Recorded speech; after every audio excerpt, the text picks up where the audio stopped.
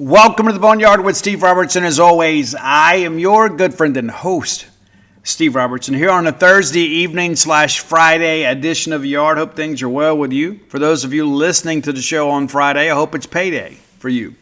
It's a travel day for us. We'll be headed to Branson, Missouri tonight. We'll head up there. We'll enjoy a little time up there and then cruise on into Columbia the next morning. We're excited. You should be too. We're going to also take in, we try to get out and do some prospect work while we're out there. Go see some of the future Bulldogs play. And so we're going to see 6'9", 230-pound center Tristan Reed of Link Academy play Friday night. So we're going to switch it up a little bit. So we'll have some basketball recruiting stuff for you over at genespage.com. Be VIP content, but we're looking forward to a little high school basketball action on Friday night. So you can look for that content Saturday morning before the game. And again, we're eager to get there. Hope that you guys have big plans for the weekend. It will be a busy weekend for us. Road games, home games, it's all the same. We got to be there. We have an obligation to you to be there. We don't take that lightly. We look forward to bringing you full coverage from Columbia, Missouri. On today's show, we'll preview the SEC weekend. Got a cool top 10 list. We'll talk a little bit about our final thoughts from Missouri. We'll look at some basketball stuff too. And so we'll share that with you and hope that we keep you up to date and informed. A lot of other things going on in the world of Mississippi State athletics, as you guys are well aware. So again, Friday's a travel day for us. You won't see me on the message boards much on Friday when we stop to eat and that sort of stuff. We'll get caught up. And so I'll share that with you as we'll get ready to go. All right, let's thank our friends at Bulldog Burger Company, longtime sponsors of this show. We love Bulldog Burger Company, and we have for a long, long time. And since they opened in Starkville, we have loved them. We have had a raging love affair with Bulldog Burger Company, because we know when we go in there and put our feet under their table, we're going to be well taken care of. We're going to get amazing food at great prices with exemplary service and an incredible atmosphere. 3 great locations to serve you: University Drive in Star Vegas, Gloucester Street there in Tupelo, Lake Harbor Drive in the Ridge and Flowood area. I get those spring rolls a lot. That's how I've been able to maintain this youthful appearance. But sometimes I'm just kind of craving some chicken wings. And I think the chicken wings at Bulldog Burger Company are kind of, as the kids say, kind of a low-key favorite. I love it, man. I do. Sometimes I'll just get the chicken wings as my entree, get the spring rolls as my appetizer, and then get chicken wings with that great ranch dressing. It's made fresh every day. You got to love that. It's true. Find your own favorites. One of the main reasons you go there is for hamburgers, right? It's Bulldog Burger Company for a reason. You can't go wrong with the Bulldog burger itself, the signature burger. I mean, it's just, it's just a great straight-ahead rock and roll hamburger. It is. If you want to branch out on the wild side a little bit, let me recommend the Pimentology. Add bacon. It will put some hair on your chest. It's important to know that. That is not a hamburger for the lighthearted, shall we say. You get that chocolate shake to go, you can ride that ride home with a smile. Bulldog Burger Company, the place where people go to meet. M-E-A-T. Okay. Let's jump right into our SEC weekend preview. We got 8 games this week, if memory serves me correct. We'll start with the morning game, kicking off 11 a.m. Central from College Station, Texas. It's South Carolina and Texas A&M. You start working through the probabilities with A&M. And I think at this point it's pretty obvious they're the best team in the Southeastern Conference. Their record certainly reflects that. 9-0. I don't know if they're getting enough juice in the playoff rankings, but the way they're running the football and playing defense, I think they'll take care of all that themselves. Now, South Carolina's situation is much different. The Gamecocks now 3-6. Kind of interesting to kind of look back. Beginning of the year, people were thinking maybe 5 or 7, 6-6. Well, you're 3-6 now. You got a road trip to College Station, and then you finish up with a home date against Coastal, and then the rivalry game against Clemson. And Clemson hadn't been good this year either. I'm sure you guys have kept up. I thought about this earlier today. Do you remember what a big deal we thought it was that LSU went to Clemson back in week 1 and everybody danced on the field and they thought that was just so cool? I mean, like looking back now in hindsight, it's one of those things you're like, dude, there's just like no way. Like, how in the world can you look back now in hindsight and feel like, you know what, that was a good game. That was a great win. Neither one of those teams are going anywhere, you know. But 4-5, that's what Clemson sits today. So it could be a scenario where South Carolina, in their season of misery, as they've lost 4 straight, could prove to be a spoiler and maybe be the team that knocks Clemson out of a bowl game. You know, we'll see. So this whole thing with South Carolina and Texas A&M is just 2 programs going in opposite directions. And give Mike Elko and the Aggies a lot of credit. It's usually the November swoon for them. They've kind of gotten over the hump, it appears. And so they should be 10-0 after this week. The question is, do they cover? 19.5 points in an SEC game, that's interesting. I mean, it truly is. South Carolina can play a little bit of defense too. I'm taking the Aggies to win, but I think Carolina probably covers here. Now, again, 19.5 points in the SEC is a lot. It truly is. Now, this time of year, you know, you kind of are who you are. Not a lot of mystery when you take the field. But, again, you go back and you kind of look at this whole thing. They gave up 29 points to Alabama and 30 to Ole Miss. But outside of that, they played pretty well. Give up 11 to Virginia Tech. I guess they gave up 31 to Vandy. But, you know, they've been in games for the most part. You know, they blast Kentucky 35-13. They go to Tiger Stadium and lose by 10, lose by 19 to Oklahoma, and just by 7 to Alabama, and 16 to Ole Miss. And so I think what we're going to do is just kind of ride the trend. And I also think the fact that the A&M really wants to run the football probably allows this game to be a little bit lower scoring. The over-under is 50.5. I'm not ready to take the under on it, but I won't be surprised if this game ends up being a game that's a little more competitive than people expect. I think the Aggies win without any real anxiety, but I think Carolina will make a little bit of a game of this thing. Arkansas and LSU. Man, you talk about a game of irrelevance here. You know, remember the Golden Boot? Remember they tried to make that a big thing? Man, nobody cared. Arkansas now 2-7, 0-5 in the SEC. LSU 5-4. It's exactly where Bobby Petrino wants LSU, right? You know, Frank Wilson, the interim coach, and I saw some things out here. People were like, man, there's so many recruits in town.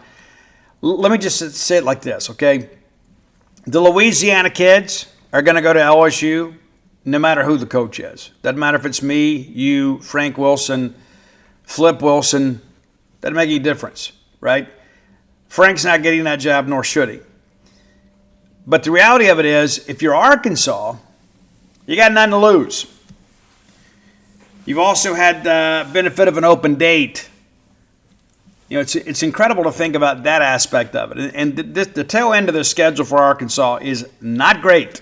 You're 2-7. You're not making a bowl game. You're at LSU. You're at Texas. And then you host Missouri for Senior Day. Does that still hold a sense of nostalgia for people? You know, I don't know. Maybe it does. Maybe it doesn't. I think it's probably an individual type decision, but in these days of NIL and transfer portal and that kind of stuff, I think it's kind of lost its luster just a little bit. Just my thinking. But again, it's so interesting to look back at this Arkansas thing. You know, they fire Sam Pittman. And since that time, man, Arkansas has had one of the most prolific offenses in the conference. But yet they're 0-4 under Petrino. A lot of it's because the defense is so bad. And we knew that secondary was going to be shaky before the season even opened. But, man, they've been so bad against the run, too. LSU hasn't been able to run the football well. The thing that I wonder about, and I really felt like this LSU defense is going to be elite, but they've spent so much time on the field because they can't sustain offensive drives. You're 5-4 at home, favored by 5.5. We're going to take LSU here because I think in the end, being at home, even though it's a day game, you know, LSU gets their way with all this stuff sometimes when it comes to night games. But I think LSU finds a way to get this thing done. That's just, nothing would surprise me. Like if I looked up and Arkansas was up 17-0, it would not surprise me. Absolutely would not surprise me. But can they sustain that? Those are the things you kind of begin to ask yourself. And I do find it interesting, and I know that this is a shock to so many. Taylon Green is not listed on the Arkansas availability report. I know there were some people out there that kind of suggested that, he may not live to see another day, but yet he's going to play. He's going to play. Okay? Important to understand that. A lot of theater out of Fayetteville, Arkansas. We'll take the Tigers in the 5.5. Tennessee Tech is at Kentucky. There's no line at this game. If you're looking for something to do in the greater Lexington area this weekend, you get tickets to this ball game for as low as $14. Come game time, you may have somebody be willing to just give you some. But what's interesting about this, even though there is no line, Tennessee Tech is undefeated. And that's the thing you start thinking about. Everybody's like, yeah, Stoops is coming back. I mean, they got a couple in a row. Man, if they lose to Tennessee Tech, no, they're not going to fire him. But, man, you talk about how this is just be crazy, right? So the last home game is against Tennessee Tech, and then Kentucky is at Vandy at Louisville. There's still the possibility of a bowl game. They got to get a dub this week, I think. Now, you win this week, you're 5-5 with 2 road games to go, one of which is a rivalry game. Vanderbilt obviously is playing for something of significance, maybe a tough ball game there. But you got 3 games left to get 2, and one of those 2 is an FCS team. They just happen to be undefeated. So we'll see how it plays out. But I won't be surprised if Kentucky wins this thing maybe in somewhat of an embarrassing fashion. You've had 2 back-to-back kind of emotional games, and you play pretty well. There's got to be a letdown somewhere. Again, Kentucky will out-athlete Tennessee Tech, but don't be surprised if you look up at halftime and this thing is a one-score game. Oklahoma and Alabama. This will be a fun one, right? Don't you think? 2 college blue bloods kind of going at each other now as conference foes. Should be fun. Our attention is elsewhere.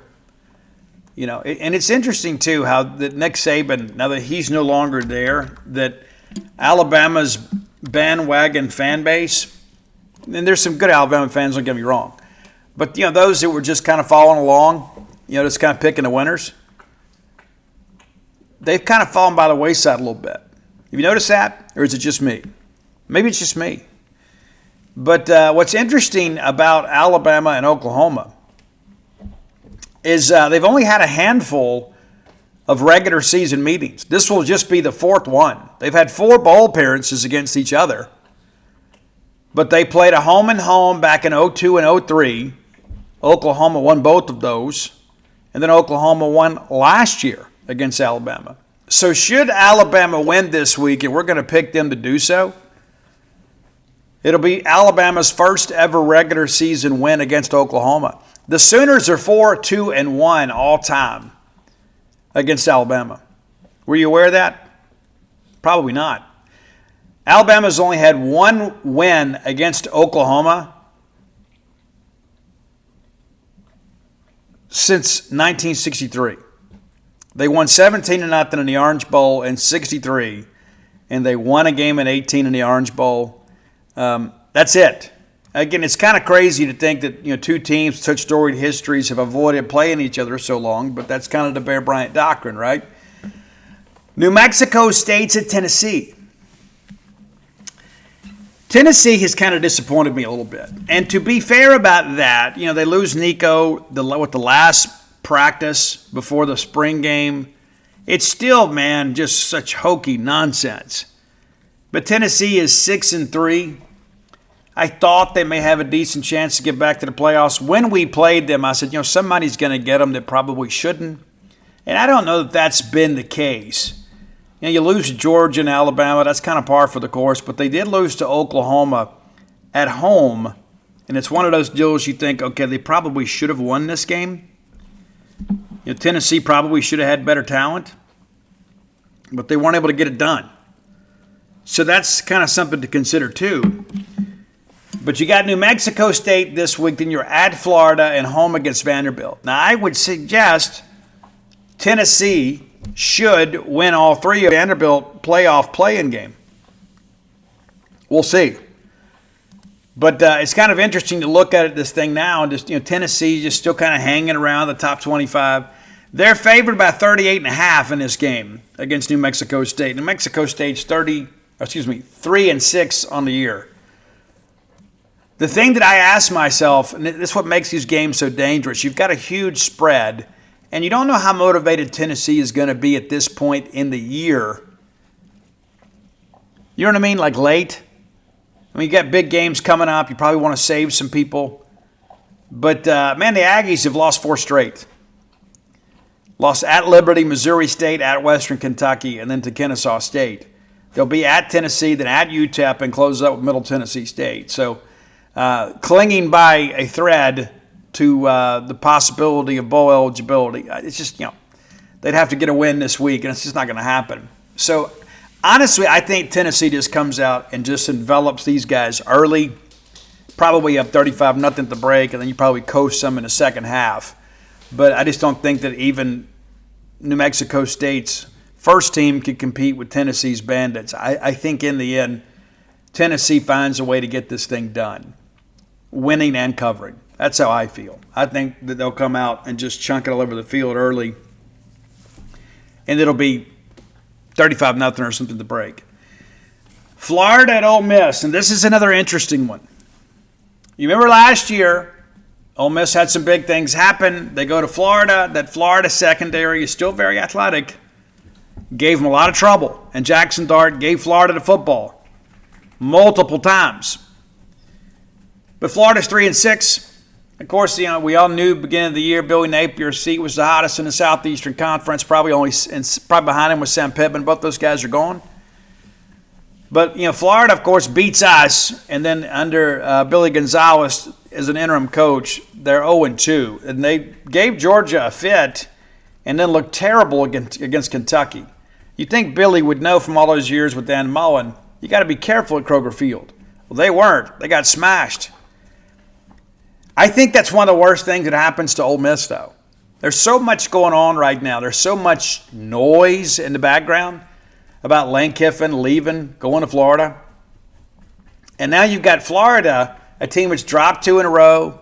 They're not going anywhere at the end of the year. I mean, like you look at the end of the schedule, man. They're 3-6 at Ole Miss and then home against Tennessee and Florida State. And Florida State hadn't been great. But, man, you start thinking about this. Man, I think people were saying 4-8, 5-7. That's going to be pretty close to the mark. The thing about this one, I think Ole Miss wins the game. That understood. There's a lot of chatter in Oxford.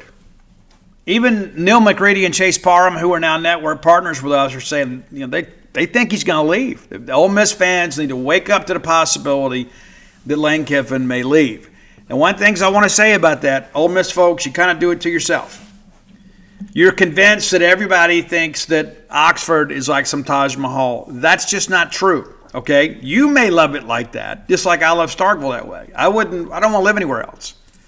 I like to vacation every now and again, but I love it here. Love the people here. I'm sure you feel the same way about Oxford. But if you think any of these hired hands, these mercenaries, have the same affinity for your town that you do, you are kidding yourself. You're kidding yourself. Justin Parker's situation is a little bit different. And Justin Parker, like last year, I'm seeing the pain on his face. So, man, this is a great place to raise a family. I hope we get to stay. And they do. They do. And Justin Parker probably won't leave Mississippi State until he becomes a head coach. But that's on the baseball side. Mississippi State is a blue blood baseball program. Where else would you want to be as an assistant coach than Mississippi State working for Brian O'Connor? Unless it's maybe in Baton Rouge working with Jay Johnson. But as a guy that's lived in both places, I'm picking Starkville every time. And so with all this noise in the machine, you got to wonder, Can Ole Miss cover? I think they win, but I'm taking Florida to cover. I think Florida might actually scare them a little bit. I think Florida will put a scare into Ole Miss, but ultimately the home crowd will do enough. And it's like there'll be all these people out here that, with too much makeup on and, the walk of chokers out there saying, Lane, please don't leave us. Please, we love you. Please don't leave us. I thought you loved Oxford. You tell yourself whatever you need to feel better. Again, we're taking Ole Miss to win, but Florida to cover. Big ball game in prime time, not just ours against Missouri. Texas and Georgia, top 10 matchup. Going to be interesting. Texas, of course, had the bye week last week. Georgia had to come here. Did you know Georgia only had 3 true road games this year? It's true. It's true. Of course, they have the neutral site game with Florida, and that serves as one team's home game. The other team's got to go play a neutral site game and then have 4 road games, while one team, when it's their year, they could have the neutral site game and then 3 road games. So it's kind of weird how that works, but it is what it is. But Texas and Georgia, I love the matchup. I like Georgia's ability to run the football against Texas. I like Georgia's ability to disguise some coverages against Arch Manning. Now, that Georgia secondary at times has shown some leaks. That Georgia front at times has struggled to get to the passer.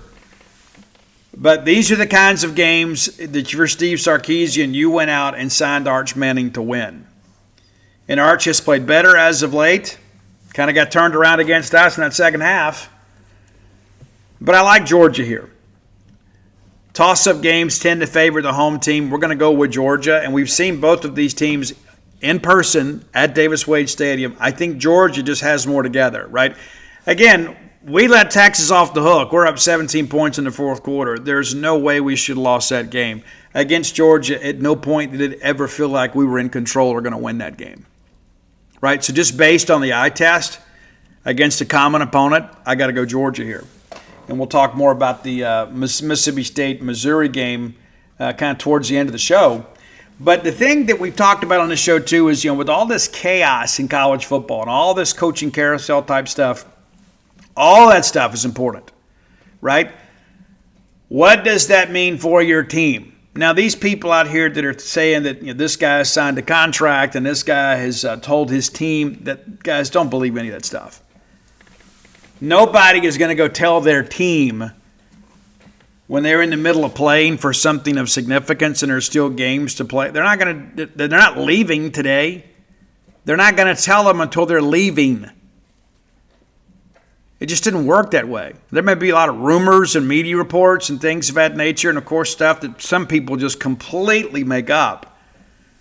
But nobody's leaving with 3 games to go in the season for another job. It just didn't work that way.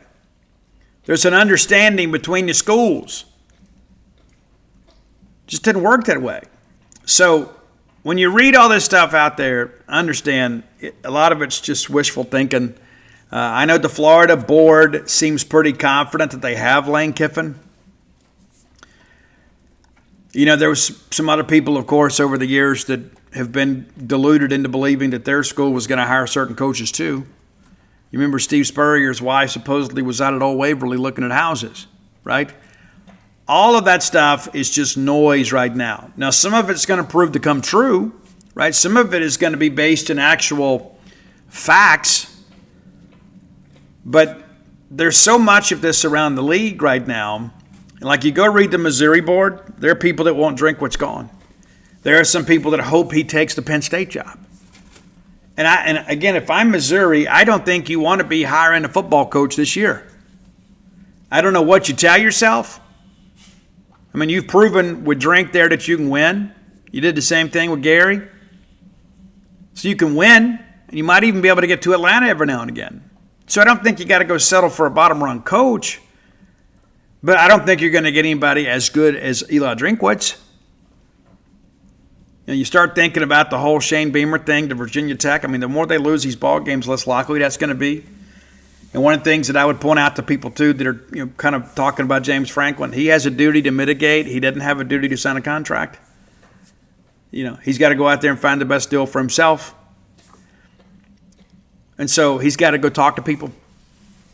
He can't just sit at home and say, I'm thinking about it, right? So you start working through all of this. Again, there are 4 openings. And if the rumors are to be believed, there's going to be at least 2 more, right?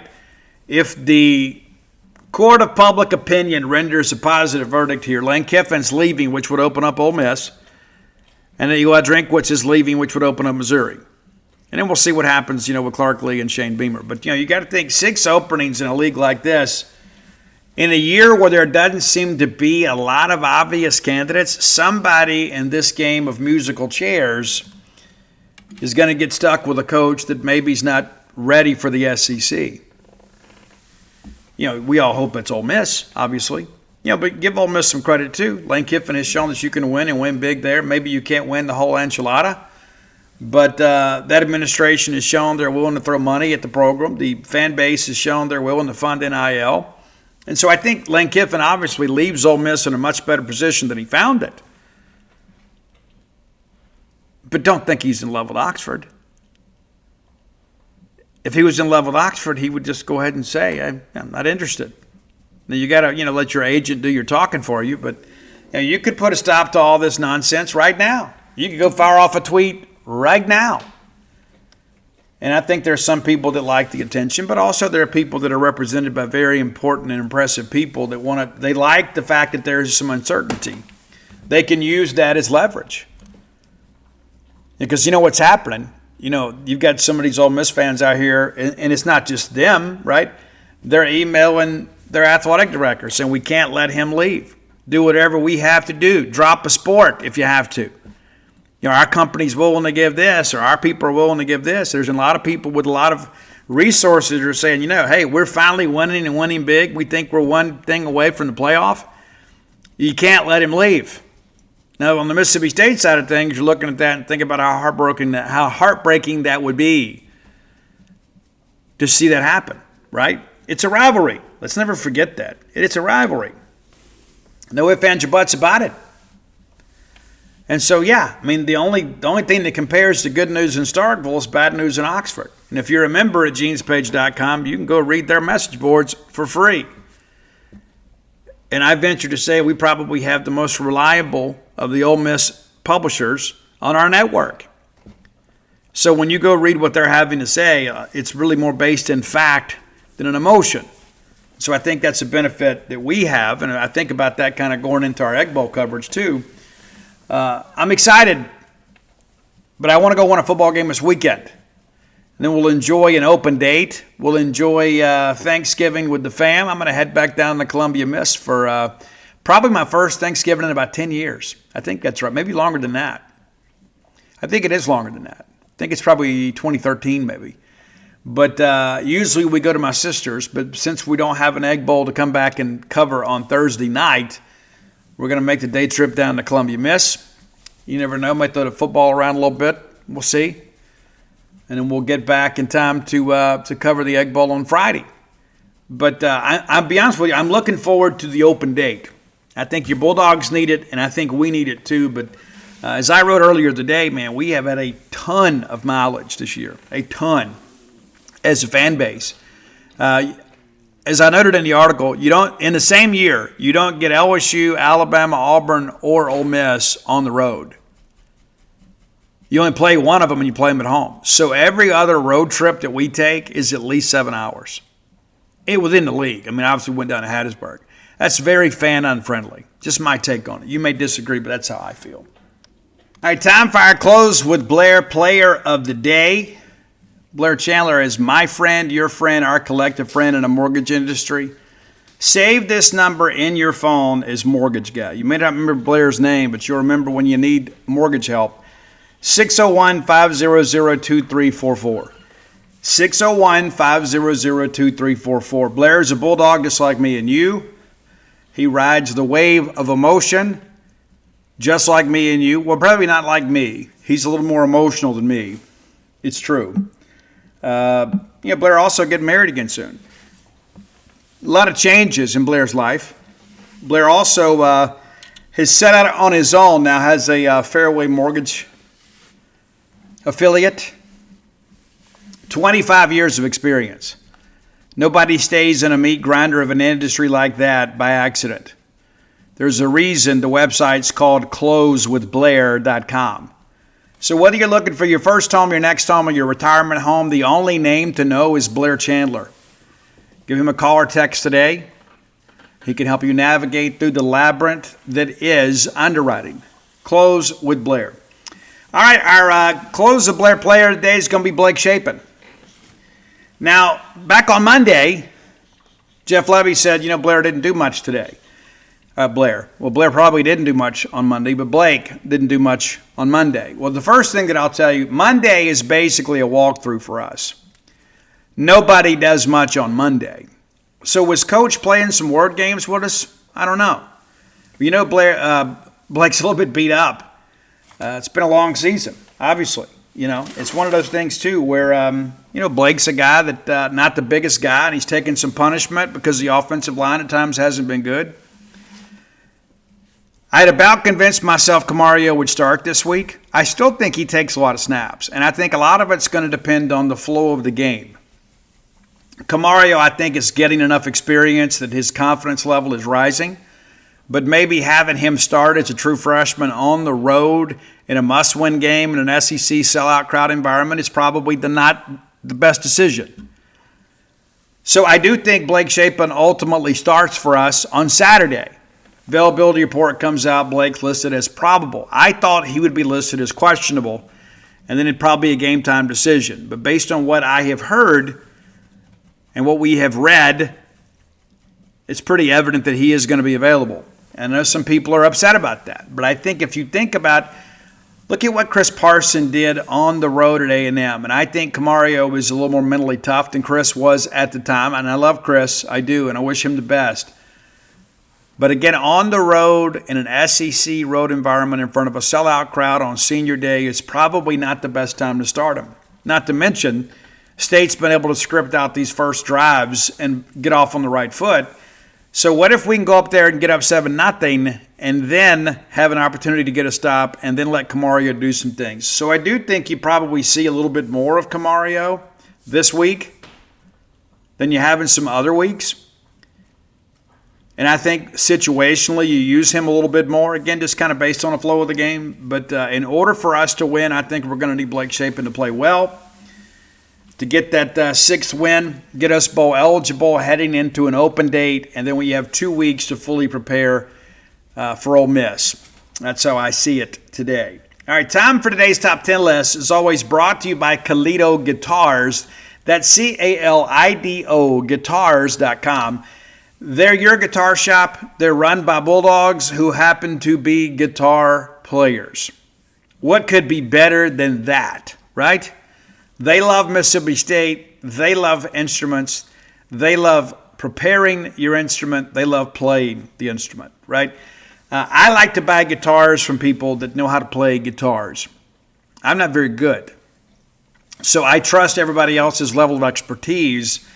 And the guitar that I own from Calido Guitars is the best guitar I have ever had. It not only is the quality of the instrument far surpassed anything that I've ever owned, the setup of said guitar, the level of service that I have received from Calido Guitars is unsurpassed. Christmas is coming up. Maybe it's time to buy yourself something. You can do that. You're an adult. Right? You don't have to wait for Christmas, but you could say, you know what, I'm buying myself an early Christmas present. Or there's another guitar player in your life, and maybe it's time to help them upgrade their equipment.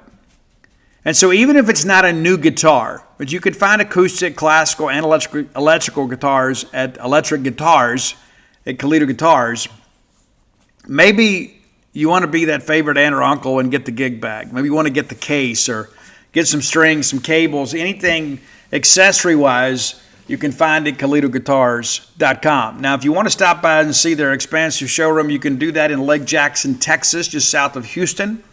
But I'm going to give you a promo code you can use. You can use it in person, over the phone, or online. Promo code is BSR, And that gets you a 10% discount. That gets you no sales tax unless you live in the state of Texas. That gets you no shipping and a 5% donation to the Bulldog Excellence Fund. What could be better than that? What great incentive to do business with a Mississippi State business, even though they are out of state. Be sure and check them out today, KalitoGuitars.com. All right. Some of you may have heard the news by now, and if you haven't, I'll share it with you. One of the greats in our lifetime, the great David Coverdale, has announced his retirement. And, like a lot of people, Dave, obviously, his, vocal delivery now as an older guy is, not what it once was. That's the case for all of us, man. I mean, that's just, that's just how life works. At some point, we all reach the level of diminishing returns. And what gentlemanly actions from Dave to say, you know what, I'm just going to go ahead and hang it up. I don't think he wants to be that guy that you see struggling on stage late. Dave posted a video yesterday. It says, after 50 years plus of an incredible journey with you, with the Purple, Whitesnake, Jimmy Page, the last few years, it's been evident to me that it's time really for me to hang up my rock and roll platform shoes and my skin-tight jeans. It's time for me to call it a day. I love you dearly. I thank everyone who's assisted and supported me on this incredible journey. All the musicians, the crew, the fans, the family, it's amazing. But it really is time for me to just enjoy my retirement, and I hope you can appreciate that. Once again, I love you with all my heart. Fare thee well. David Coverdale. So in honor of David's retirement, we're going to do a David Coverdale top 10. Now, it's not going to be a Whitesnake top 10. We're going to pick 10 songs from the solo work, which is actually some of my favorite David Coverdale work in the catalog. Dave, people forget this. Dave was the lead singer of Deep Purple for a while. And in between the Deep Purple and the Whitesnake years, Dave put out a couple of solo albums. And then formed Whitesnake. So the debut solo album was actually called Whitesnake. Then he came back with North Winds, which is the better of the two. And the production value on these albums, not great, okay? He wasn't getting Led Zeppelin 4 treatment. It's very bluesy. He uses a lot of the lower register of his vocal delivery. There's not a lot of gym notes, as he used to say. But I wanted to introduce you to these tracks if you're unfamiliar. If you love Whitesnake and you love David Coverdale, you're going to love these two. Again, not quite as rocking as the Whitesnake stuff and a little bit bluesier than the Deep Purple stuff. I think it's something that you'll enjoy. All right, number 10, I wanted to start with this one. If you watch Days of Thunder, this was on the soundtrack. It's the last note of freedom. And as soon as you hear it, you're going to be like, I remember this song. Yeah, that came out like right in the beginning of the, when Whitesnake began to take America.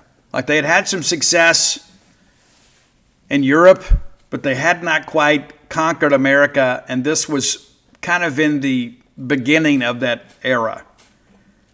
Number 9, it was a bonus track on the North Winds album, and it's got some keys to it. It's a little bit different. It's kind of typical for the era, but it's Sweet Mistreater. That's your number 9 track. Now, number 8, going back to the debut solo album, and again, it wasn't rated very high, and that's perfectly okay. Perfectly okay.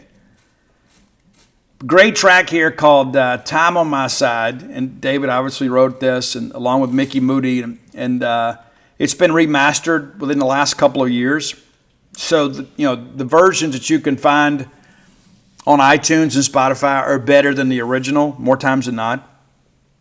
Number 7, and this is one of those songs that has some staying power, and it's a beautiful love song, and that's really what it's about. It's about longevity with one person. And the song is called Time and Again. Absolutely beautiful song. Number 6, and again, a very soulful song, pardon the pun, but it's Only My Soul off of the North Winds album. This is one of those songs, too, that you would think with a little different tuning could have been a killer rock song. Number 5, it's the title track off the debut solo album. It's actually Whitesnake, right? And, it talks a little bit about, you're a dark-skinned beauty. I've got a white snake. Let it crawl over you. A lot of double entendre in there. But ultimately, it's the song that birthed an album that birthed a band. It's Whitesnake. Number 4 is the title track off the second solo album, North Winds. It's 6 minutes, and it's a masterpiece in many respects too. And I often wonder to think, like, if the original recordings of this were digital, how much better would it be? It was all analog back then, but they didn't put a lot of money into it. But I think that you'll enjoy this one. And lyrically, it's a great track. I mean, it's a great, great, great track. Now, my favorite track off the Whitesnake album, and we're talking the David Coverdale Whitesnake solo album, not the Whitesnake self-titled album that you guys know is 87. But it's a track called Blind Man. And, I absolutely love it. There's a lot of wisdom in the lyrical content of this one. And if you're unfamiliar with it, you should be familiar with it. Familiarize yourself with it. The first track on the North Winds album, a little more up-tempo. It's Keep On Giving Me Love. Man, don't we all want that? Yes, we do. We all want that. Number 7 on the album and number 1 on our list. And we typically don't end with ballads, but this one is so incredibly beautiful, I think we have to. I think it is basically kind of paints the tapestry that is the David Coverdale vocal experience. Very bluesy in many respects, uses the low register, hits some big notes, but maybe not what he did with Whitesnake. And I think some of that too, David just matured as a vocalist and got a little more confident. But David Coverdale is one of the best blues singers of my lifetime. And I think this track, Say You Love Me, really typifies what David Coverdale is about. And I'm very sad that it's over. And what I mean by that is we're not going to get new music. I'm sure from time to time we'll get some remastered stuff. There'll be some live stuff. And I bought the Slip of the Tongue anniversary box set. I think I've got the Whitesnake box set too, I think. But Dave and those guys pack in so much bonus stuff into those box sets, it's worth it. For me, it's one thing to listen to something on iTunes, and it's more convenient for the car and things of that nature, but there are so many things they put in those box sets. There'll be like live versions and there'll be vinyl. There's so many great things. To me, it's well worth the money. I'm a music guy and I like having the collector's edition type things. And, David Coverdale, to me, when I think about everything that is writing music, David Coverdale is one of the names that comes to mind for me. And Dave's one of those kinds of people too that it's so easy to like him. He's very active on Twitter. He's very funny and very humorous. And I suspect we'll see more of that from him. But it's sad, though. It really is. And yeah, it's time to hang it up. It is. It is. And that's the thing you look at. There's so many people out there that are just kind of hanging on, and maybe they've got a mortgage to pay. But, David is 74 now. And he doesn't look it. He's cut his hair now. And in the video yesterday, you kind of saw that. But, Dave has got a family, lives in Lake Tahoe, and, he has earned the right to enjoy the balance of his life.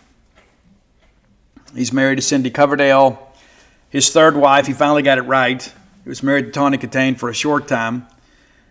Before that, he was married to Julie Barkowski for about a dozen years, but he has been with Cindy since 97.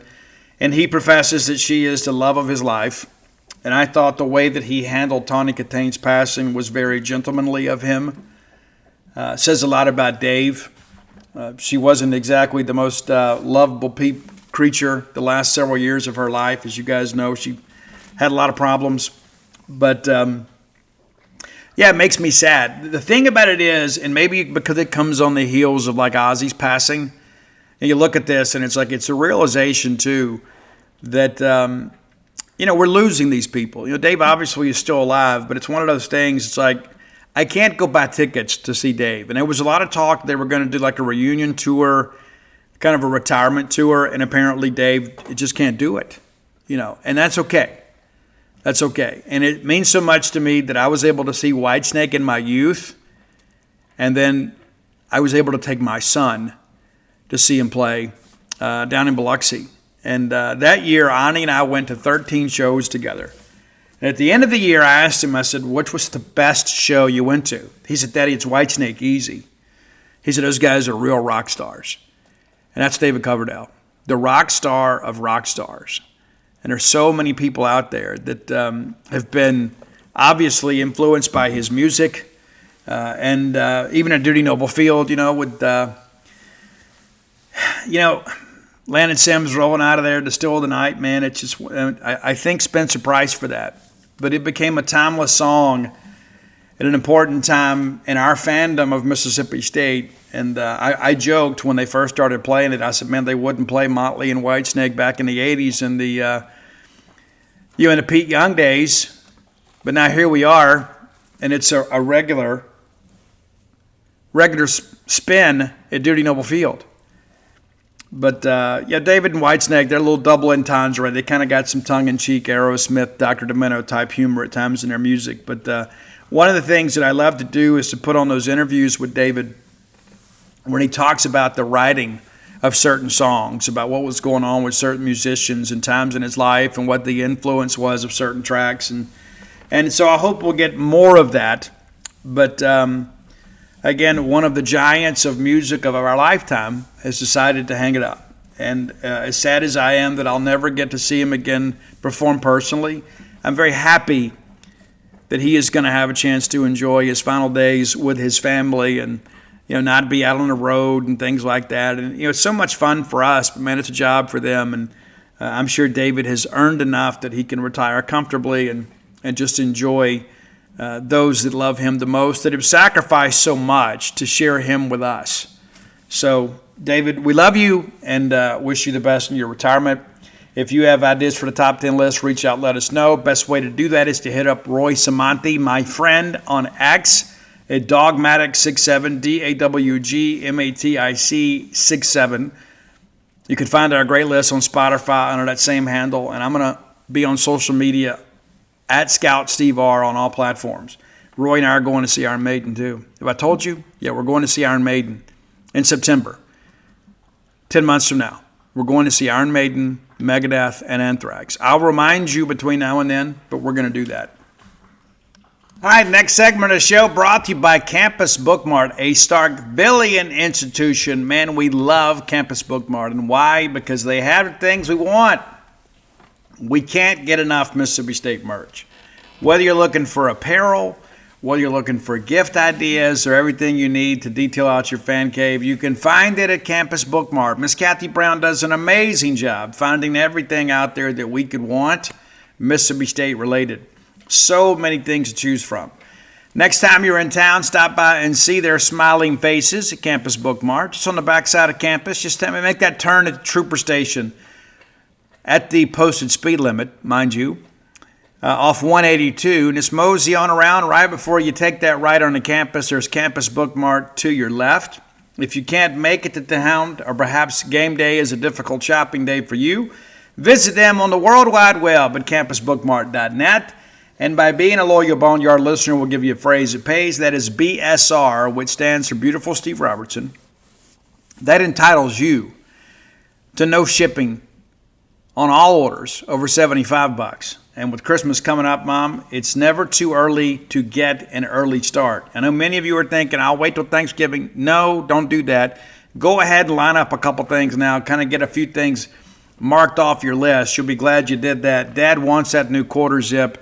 He wants that new hoodie, whether he tells you or not. Maybe buy yourself a little something too. That's okay too. You're a grown up. You can.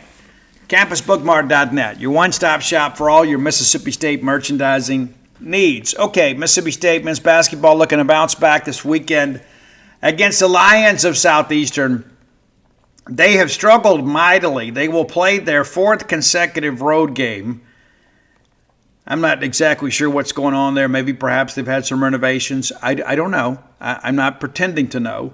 But they opened up the year at Ole Miss, losing by 30. They nearly pull it off against Louisiana Lafayette, losing by 6, 58-52, and then travel to Georgia Tech and lose by 10, 70-60. That happened earlier this week. So 0-3 on the year as they face your 1-1 Bulldogs this Saturday afternoon.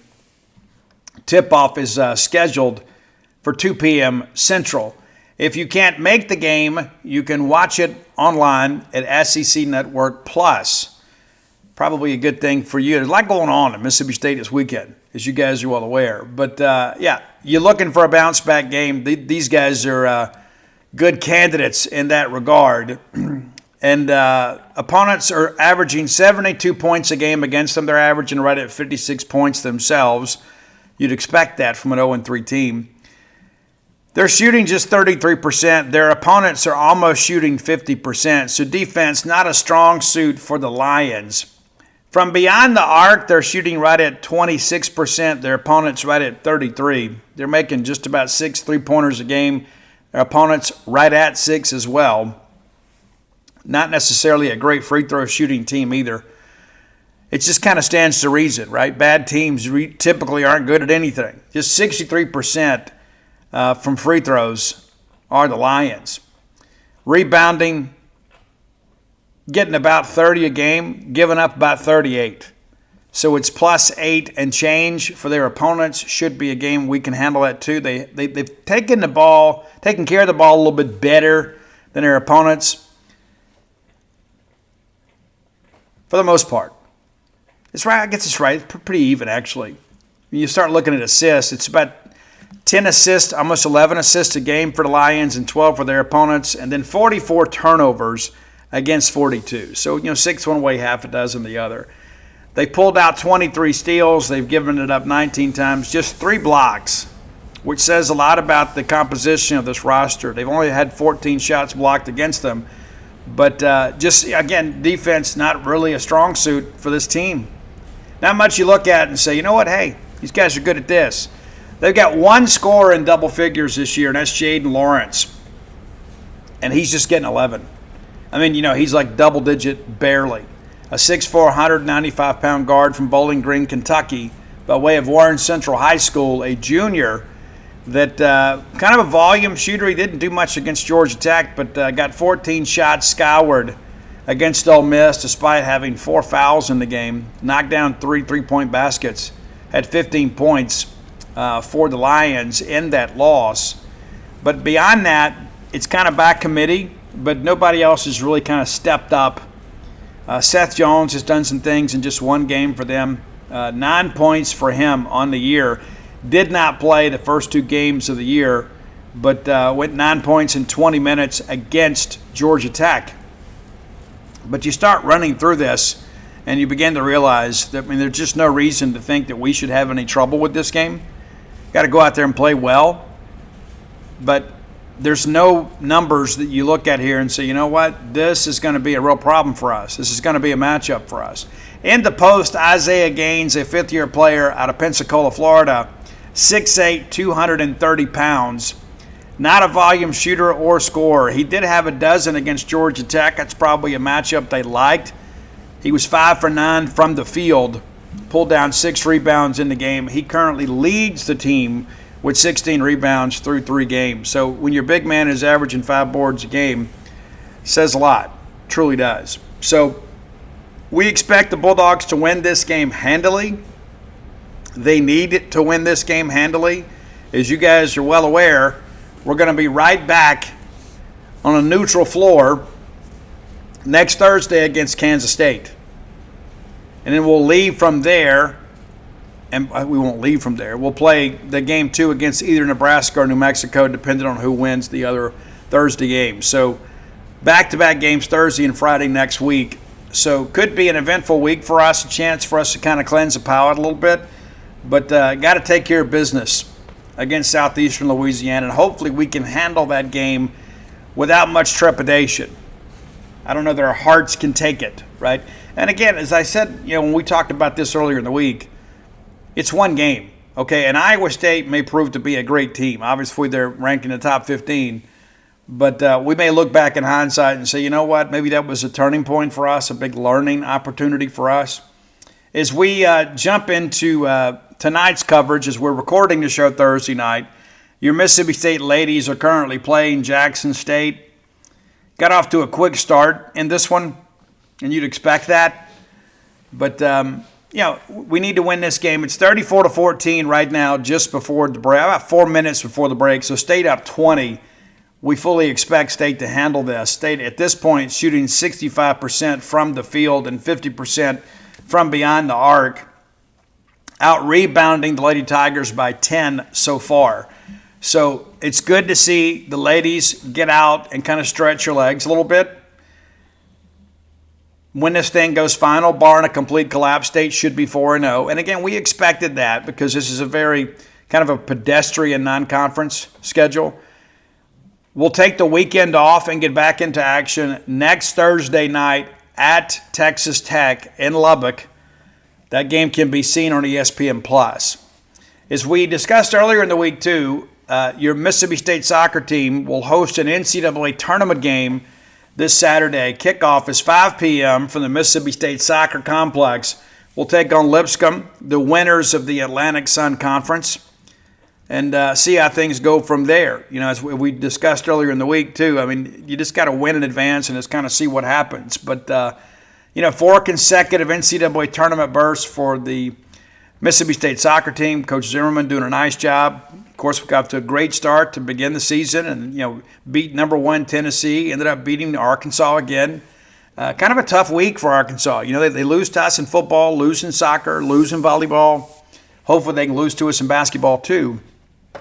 But things are kind of moving along in the Mississippi State athletic experience here. Again, it's non-conference in men's and women's basketball, but postseason in soccer. So there's a lot to cheer for, a lot to get excited about, and hopefully we can find some things to get excited about this weekend on the road in Missouri. I'm going to give you my final thoughts here in the final segment of this. But before we get into that, too, Mississippi State signing day was here. We had a lot of softball and soccer and, of course, baseball players. Had an article up today. So currently 8th in baseball, our perfect game rankings. Quincy Bright is a player that it was committed to State, had the Tommy John surgery. It's taken him a little while to recover. He tells me today he has not signed, and he may not. So we'll see how that kind of plays out. Martin Schuler and Hardcastle, those guys, everybody else is fine. Everybody else that was currently committed has signed the proper documentation. They are now officially Bulldogs. The recruiting process officially over for them.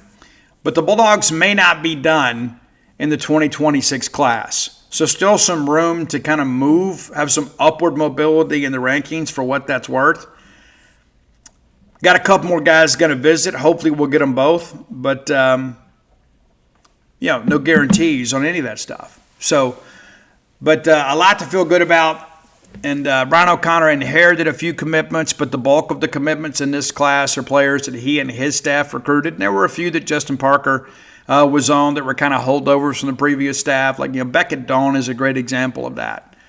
Beckett Dawn obviously is a guy, too, that had some connections to Mississippi State through some family friends that had heard a lot about Mississippi State over the years. And he emerged as one of the top pitching prospects in the Midwest. Now he's headed to be a Bulldog. So we share that with you because there is always something to cover. We have a lot of fans out there. It's like game day is like the main day, but we've got some other folks out there that Mississippi State 365, right?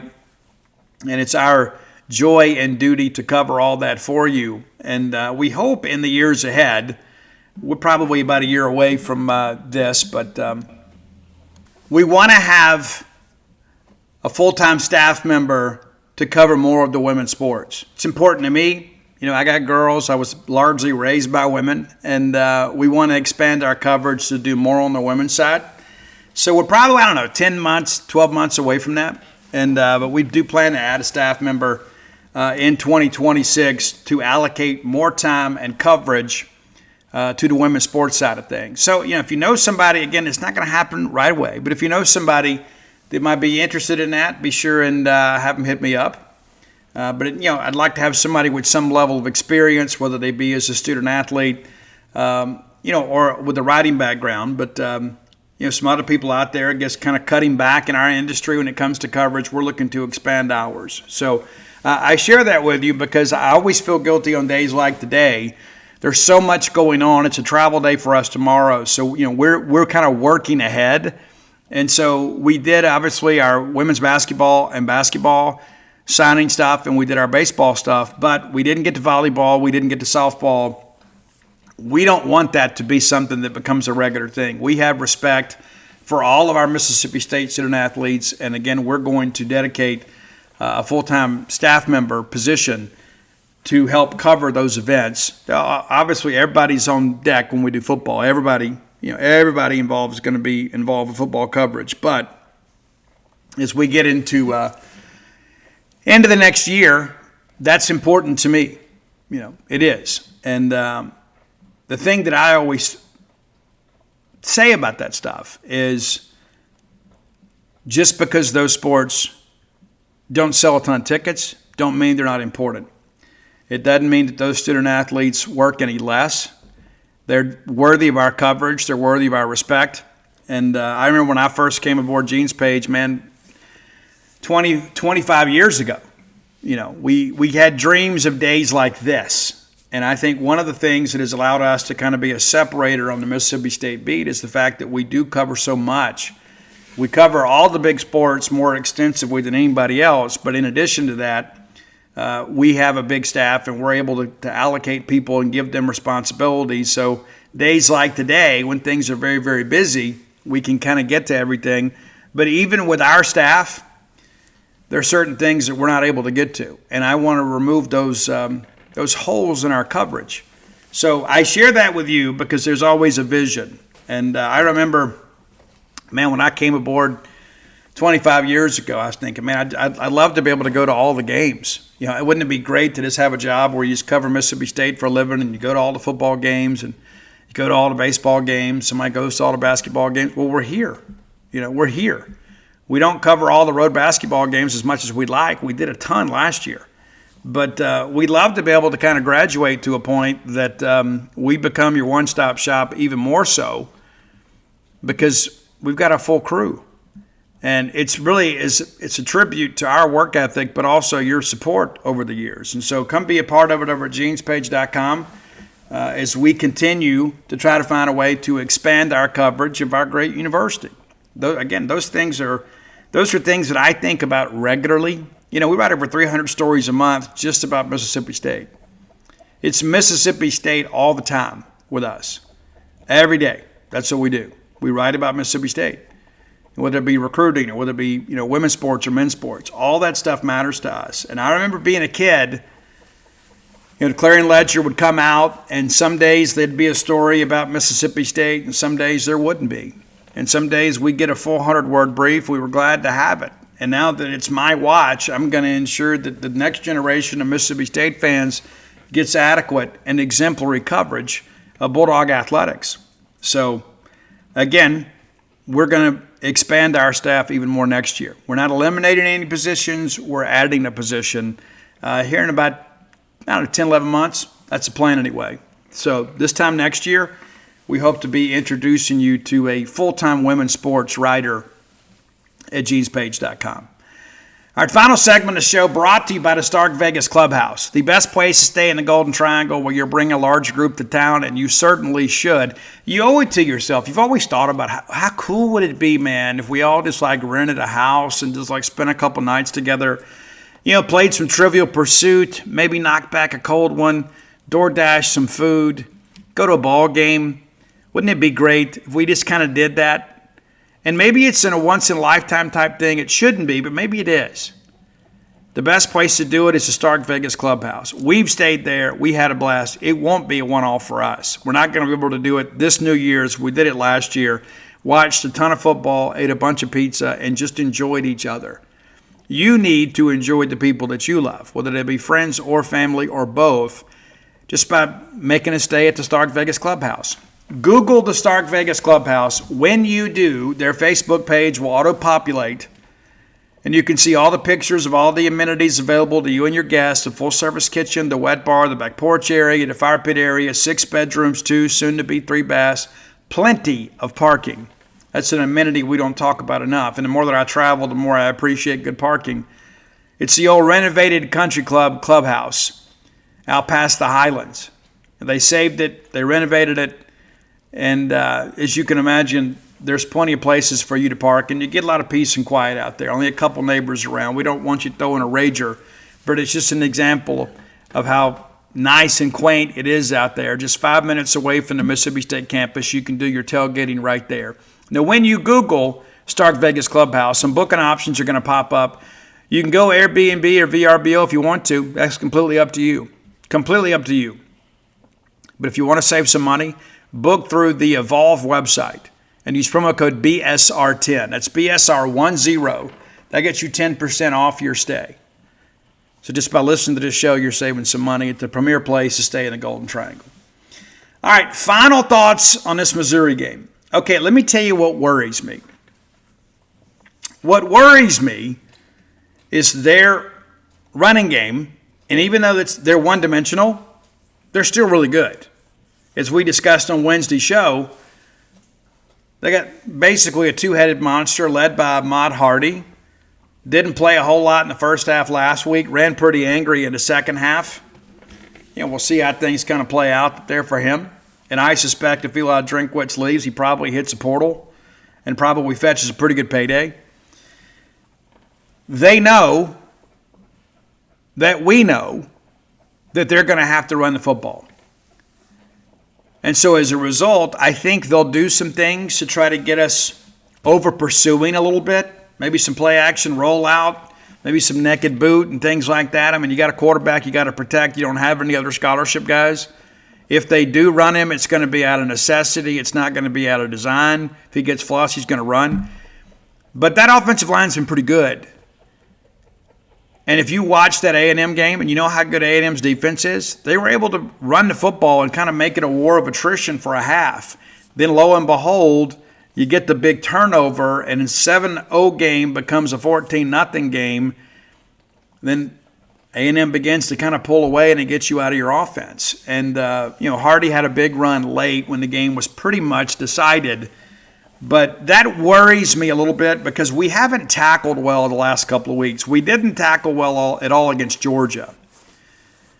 So despite the fact their one dimension is really good, we're going to have to be probably our best game of the year defensively.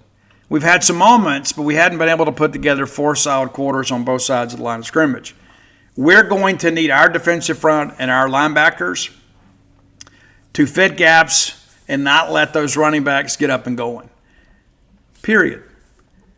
I think in the end, you're probably going to have 7 or 8 guys in the box. I think State will stack the box here and then make this kid Zollers make plays with his arm. Now, he's a very capable quarterback. They think he's the future of the program. They didn't recruit him for no reason. But it's senior day. You didn't have a good start last week. When you played against Vanderbilt, you kind of got thrown to the wolves, and they had a limited playbook. And Drinkwitz said earlier this week they've got to do a better job getting him comfortable early. And as we discussed earlier this week, that's a controlled passing game. Get him in a rhythm. Have him throw the bubble. Have him throw some slants and some screens. Simplify his reads.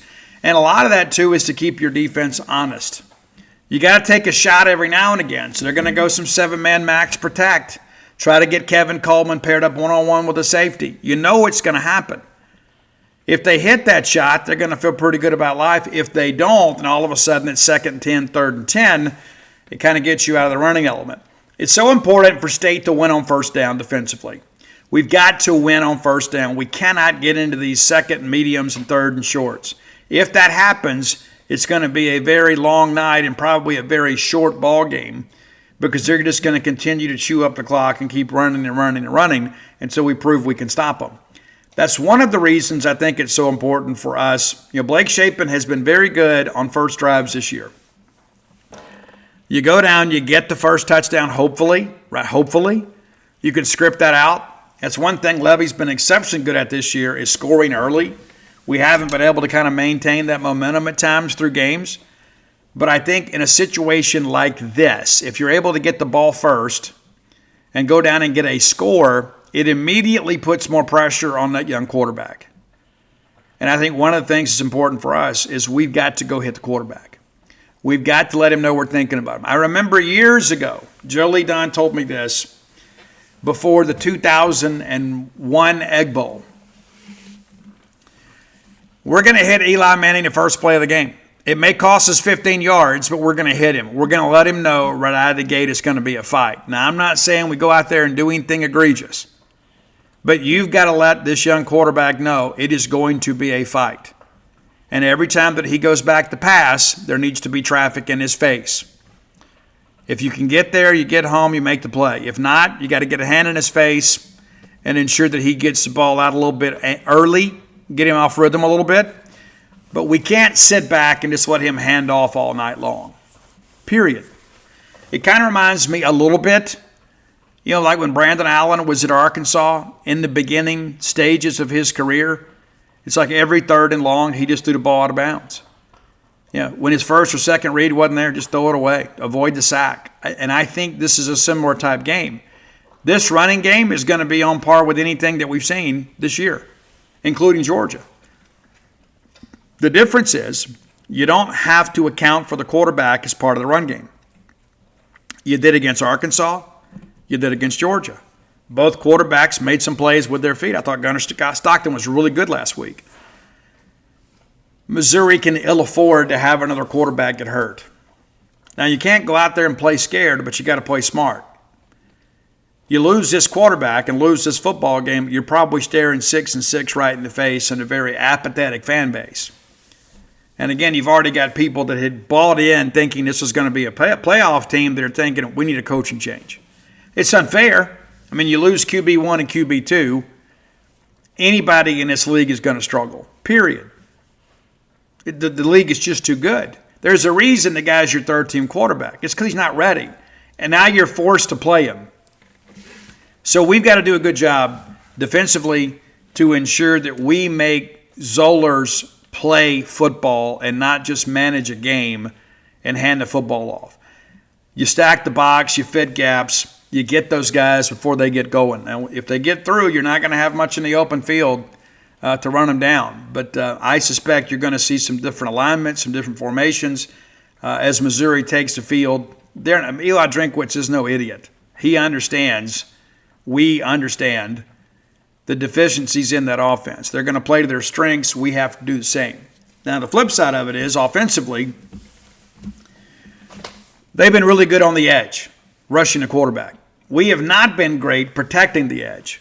And so I think, hey, there's a possibility for some draw play here. There's some possibility for some screen action here. They got gashed last week on a tunnel screen by A&M. They used a tight end a little bit too. I think we like to dial up the shot down the field. You got to go max protect to do that, which means it's usually a two-man route. So you go, 7 protection, and then you just kind of let it fly. And so when those things happen, and we've had some difficulties at times, even in 7-man max pro, keeping people off our quarterback. These edges, really good. Really good. And they're really good against the run. We're going to have to do some things, I think, a little more creatively to ensure that we're able to, to kind of get, get this running game going. If that means some jet sweeps, if that means some end arounds, then that's what it means. And I think Camario's got to be a part of that too. When you think about Blake, and this is not a shot at Blake, but if it's a QB run with Blake in the ball game, you're just kind of hoping he can get a few yards and get down. With Camario, you understand if he gets into the open field, there's a chance he could run away from people. So I think if you're Jeff Lebby, you've got to utilize both quarterbacks. And maybe it's a situational type thing. I just don't think that we're going to be able to hold up and throw the football 25, 30 times a game, at least not down the field. We can do some things kind of creatively, moving Anthony Evans and Brennan Thompson behind the formation to get them paired up on a safety in motion, and maybe that becomes kind of an extension of the running game. But this is a sure enough good Missouri defense. It is. And it's a ball control offense. And so they shorten the game on you and they keep their defense fresh. We're going to have to put some extended drives together, but I expect this to be an ugly game. Turnovers could be a big part of this thing too. They're not a team that has been especially prolific. And that's another thing, kind of flipping back to defense quickly here. If you're Eli Drinkwitz, and I know some people see him at times as like he's a mad scientist, but the reality of it is when you have a secondary that has been as opportunistic as ours, that's not the secondary you want to take chances with a young quarterback. So I think they'll script some things out. Norfleet, the very talented tight end, has 5 touchdown catches, which leads the team. Still a bit banged up, listed as questionable for this week. I'm sure if he can play, he will play. It's senior day. But that's a guy that's been banged up. He's had an upper body injury. It's been a shoulder thing. He's also got a future in front of him. A lot of people believe he's going to be an NFL player. How much influence can he have on this game? Because the best friend of a young quarterback is the tight end. And one of the things that they do a good job of is just kind of feigning block and then slip out just when you think they're blocking. And all of a sudden, your linebacker trains his eyes on the backfield, you lose track of him, and it's a big play. So that aspect of this has got to be important too. We've got to make sure secondary-wise that we hold up, but we don't need to give them easy completions to the tight end. Back on offense, I do think against the secondary some plays can be made. I do think from an athletic point of view, I do think we have a plus in the talent differential with our skill against their defensive skill. I don't think we have an advantage up front against their front seven. I do think if we can protect, there can be some plays made on the back end, and that's an important part of this for us. We've got to make sure when those shots are there, we hit them. No, I don't think anybody in college football can run with Brennan Thompson, but we've got to be in a scenario where they're respecting the run and not playing too high safeties. That's an important aspect of this. It's all complementary football, but I fully expect to win this game, but I think it's going to be a close one. I mean, it may be one of these 20-17 or 17-14 type games. I don't think it's going to turn into a shootout, and I don't think a shootout favors Missouri. But I think defensively they're a team that can cause some trouble for you. I think one of the most important things for Mississippi State is to take care of the football and avoid the negative plays. And we have had so much of that, 2nd and 12, 2nd and 13. You got to avoid this. You can't get in predictable passing downs because Missouri will come get you. They absolutely will. But, we talked about, conference play and scoring and things like that. They put up some really good numbers in non-conference play. But you look, down the stretch here as of late, A&M puts up 38, could have been 45, could have been. Vanderbilt puts up 17. Interesting game, very defensive game. And you know what Pavia can do. And Missouri made this a 4-quarter game. Pavia and those guys scored late to win the game. You know how good Auburn's defense is, right? And they scored 23 points against the Auburn defense. Put up 24 against Alabama. I throw these things out there because anybody thinking that, this is going to be a walk in the park, you're kidding yourself. We're going to have to go play well. But this is not Georgia, and this is not Arkansas. And I don't think it can be overstated enough what difference not having to account for the quarterback run could mean in this ball game. This is, in many respects, when we're on defense, is going to be like the old 3 yards on a cloud of dust game. The old SEC, where you line up and you just go and try to blow people off the football. So you're going to have some guys, depth's going to be an important part of this thing because I think it's going to be a war of attrition on the line throughout the game. So the sooner that we can get some separation, if we can get some separation, the better off things are going to be. Big plays, chunk plays, probably in short supply in this game. I think it's going to be one of those games where teams just kind of have to methodically kind of race down the field, which, again, I think makes it, in some respects, a special teams game. Ethan Pulliam could be a real difference maker in this game. I hope he doesn't have to punt at all. But if he does, he is a guy that I think could be a difference maker because it's all those hidden yards within the game, flipping the field, making them snap the football 2 or 3 extra times.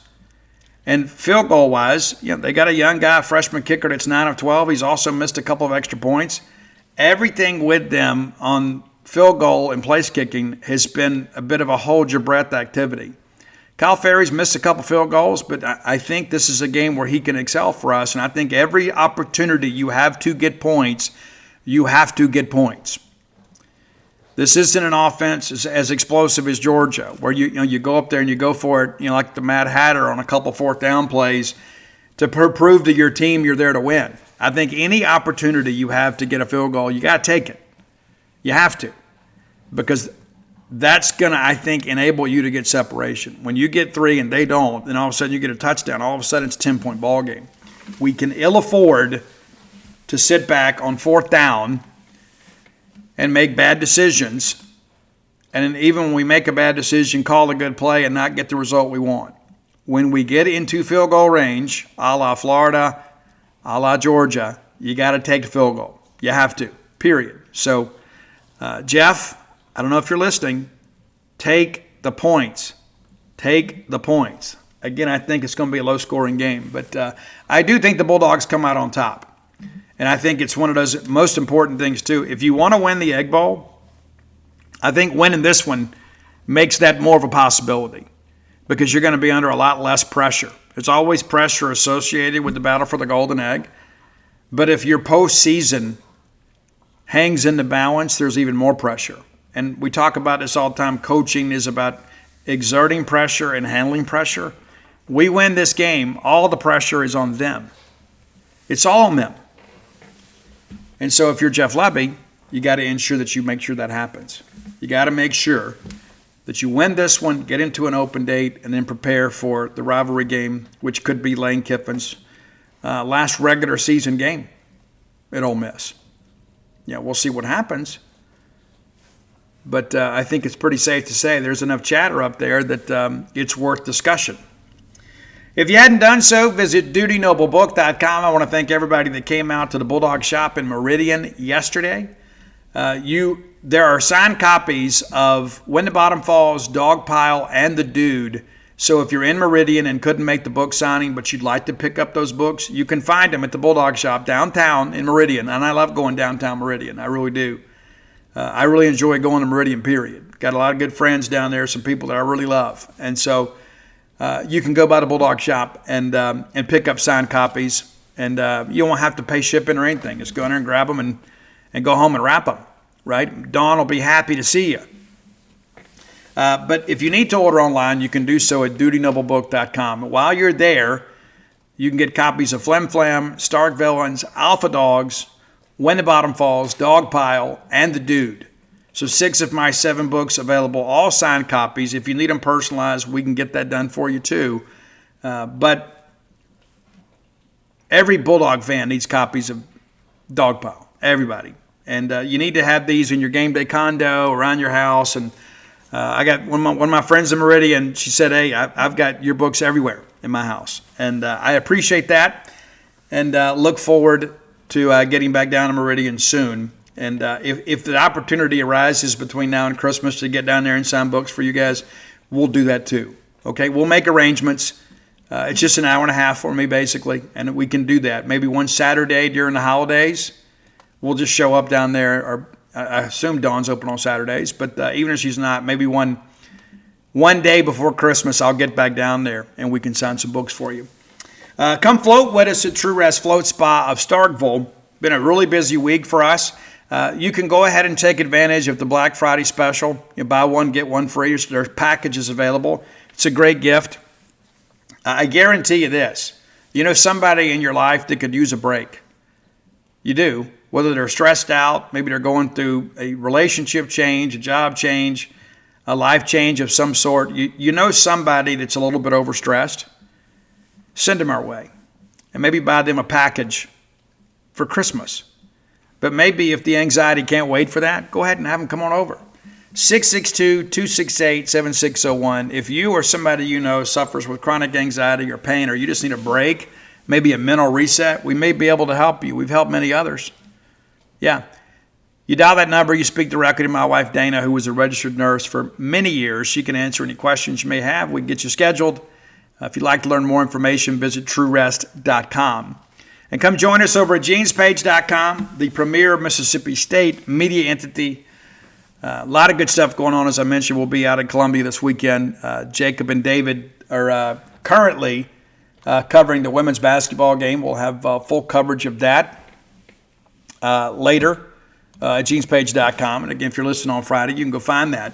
But by the time many of you listen to this show, we will already be on our way to Branson, Missouri. As I mentioned, we're taking in a high school basketball game, and we'll have full coverage of that for you Saturday morning before we head over to Shakespeare's Pizza in Columbia, before we get to the great football game. So it's a full weekend for us, but it's a work weekend for us.